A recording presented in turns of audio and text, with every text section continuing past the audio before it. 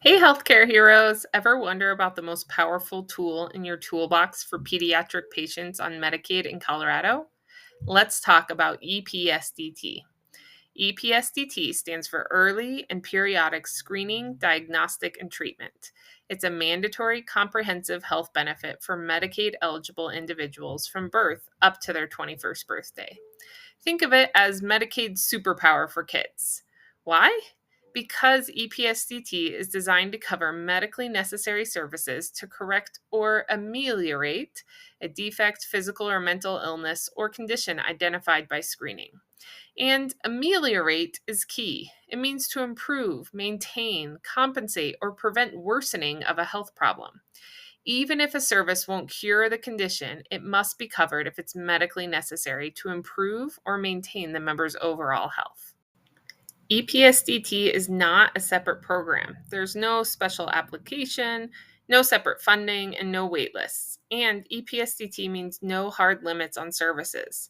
That's right, unlike some adult Medicaid benefits, EPSDT services for those under 21 are not subject to monetary caps or upper limits on visits, hours, or units of a service, as long as it's medically necessary. This includes services like physical therapy and supplies like formula or wheelchairs. No hard limits for children until age 21.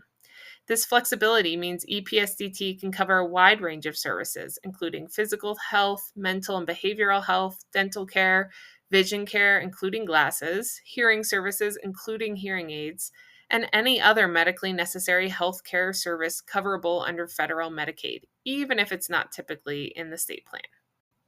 So, how do you unlock these benefits? It's simpler than you think. Just ask.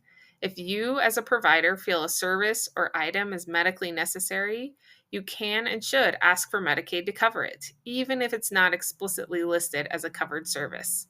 Any request for services for a member under 21 is considered an EPSDT request, so you don't even need to specifically cite EPSDT. When justifying medical necessity for prior authorization, be comprehensive. Include the child's full name, date of birth, insurance, relevant diagnoses. Clearly state the item or services being requested, but most importantly, explain why it's medically necessary, outlining positives and negative impacts, scope, duration, and why this request is needed over any less expensive alternatives. Use terms like medically necessary, clinically based, promoting independence, preventing secondary disability, cost effective, and safety, but avoid terms like custodial or developmental delay or terms that imply caregiver convenience. While EPSDT removes limits, prior authorization is often still required. For services not included in the state plan, that is, services that aren't usually covered, use the EPSDT request for coverage form found on Healthcare Policy and Financing's EPSDT website. And remember to plan ahead. EPSDT benefits end the day before a member turns 21. That means it's essential to be proactive in planning since care is more likely to be approved and provided while they are still under EPSDT, whether that's getting hearing aids replaced, wisdom teeth removed, or a new communication device. Medicaid regional organizations, sometimes called RAIs, play a crucial role in coordinating care and ensuring members access EPSDT benefits. They can help you with your requests for non-covered state plan services. They can even set up a creative solutions calls for complex cases, inviting all involved parties to the table to make sure that a member's needs are being met. So here are your key takeaways. 1, no limits or hard caps on services for Medicaid eligible individuals under 21, even if the state rules have them. 2, all medically necessary services to correct or ameliorate are covered, regardless of whether they are typically in the state plan. 3, plan ahead to ensure members get needed EPSDT covered care before their 21st birthday.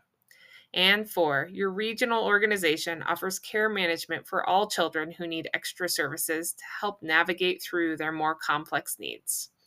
For more information, ask your regional organization or check out the Colorado Department of Healthcare Policy and Financing's EPSDT page, the EPSDT billing manuals, or reach out to the contacts provided in the sources.